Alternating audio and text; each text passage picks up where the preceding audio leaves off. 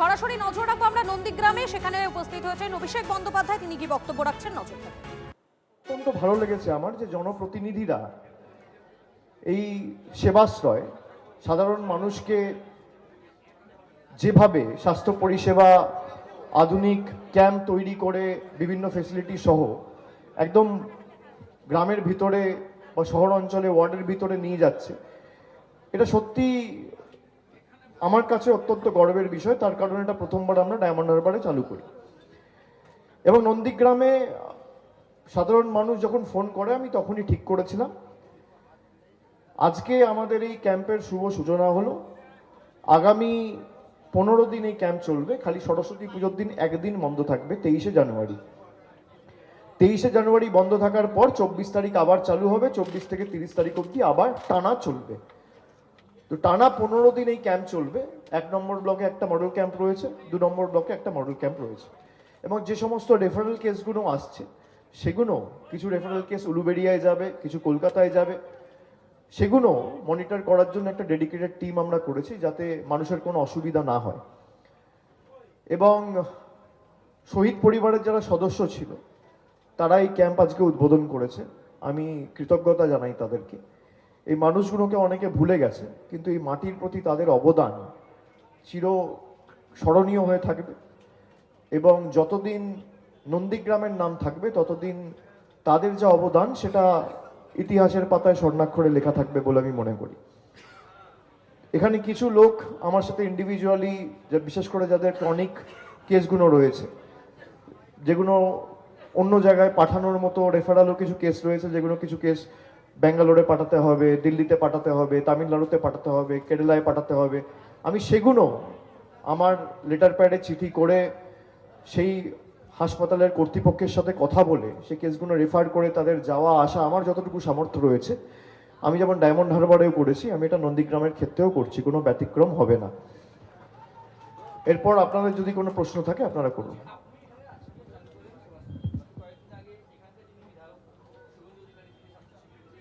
আপনি মাইক নিন, তাহলে যারা আছে শুনতে পাবে এবং সবাই বুঝতে পারবে। আপনি সেবাশ্রয় আজকে চালু করলেন এখানে।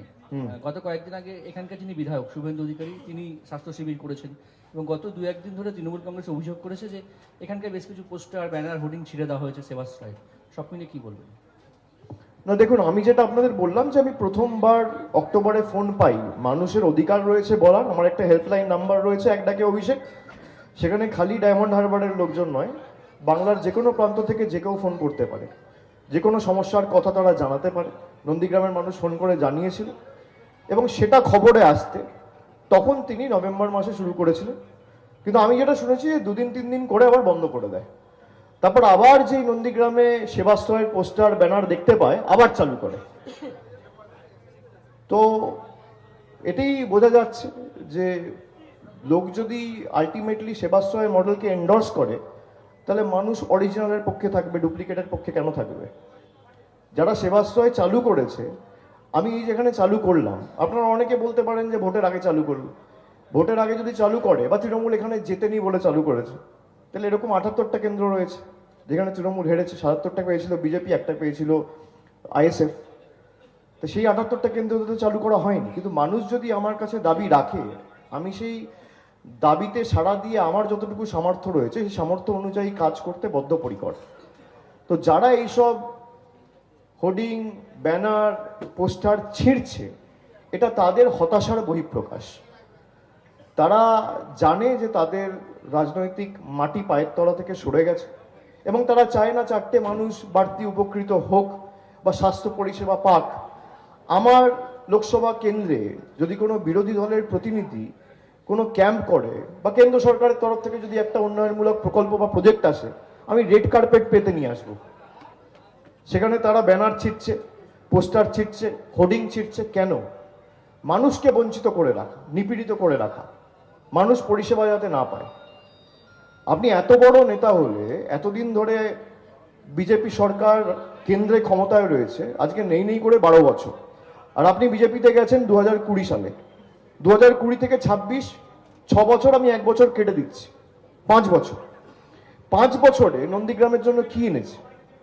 4টে রাস্তা এনেছে, 2টো জলের প্রকল্প এনেছে, 4টে লোককে ছাদের ব্যবস্থা করে দিয়েছে।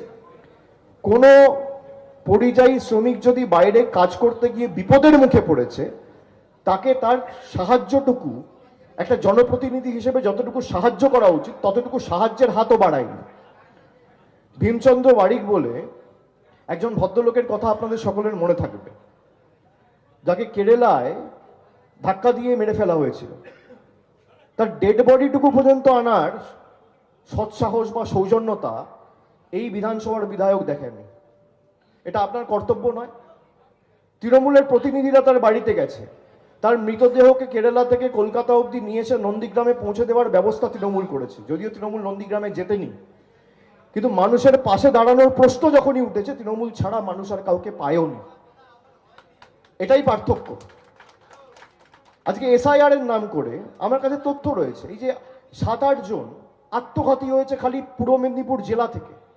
আপনি হিন্দু মুসলমানের কথা বলেন, এখান থেকে প্রায় 8 জন মারা গেছে এসআইআর ঘোষণা হওয়ার পর থেকে। এদের মধ্যে কজন হিন্দু কজন মুসলমান শুভেন্দু অধিকারীর নলেজে রয়েছে? কাদের কারণে মারা গেছে? যারা এসআইআর করে গলা ফাটিয়েছিল। আজকে এই 8 জন মানুষের মৃত্যুর দায় কার? আপনারা চাইলে আমি নামগুলো পড়ে দিতে পারি, এবং সেখানে যেমন হিন্দু সম্প্রদায়ের মানুষ রয়েছে, সংখ্যালঘু সম্প্রদায়ের মানুষও রয়েছে। কিন্তু আমরা তো জাতি ধর্ম থেকে মানুষকে মৃত্যুর মুখে ঠেলে দিই না। যারা হিন্দুদের রক্ষাকর্তা হিসেবে নিজেদেরকে দাবি করে, এই 8 জনের মধ্যে 6 জন হিন্দু যারা মারা গেছে, তাদের বাড়িতে কি একবার বিজেপির কোনো প্রতিনিধি গেছে? বিরোধী দল নেতা কোনো পাঠিয়েছে? বিজেপির কোনো নেতা গেছে? সুতরাং সেবাশ্রয় দেখে যারা বিচলিত, যারা ভীত, যারা সন্ত্রস্ত, যাদের মনে কাঁপুনি শুরু হয়ে গেছে, সেবাশ্রয় চলবে। এবং আগামী দিন মানুষ যদি চায়, মানুষ যদি সুযোগ দেয় তৃণমূল কংগ্রেসকে কাজ করার, সেবাশ্রয় প্রতি বছর নন্দীগ্রামে হবে, কারণ বুকের পাঁটা থাকলে আটকে রাখা যাবে।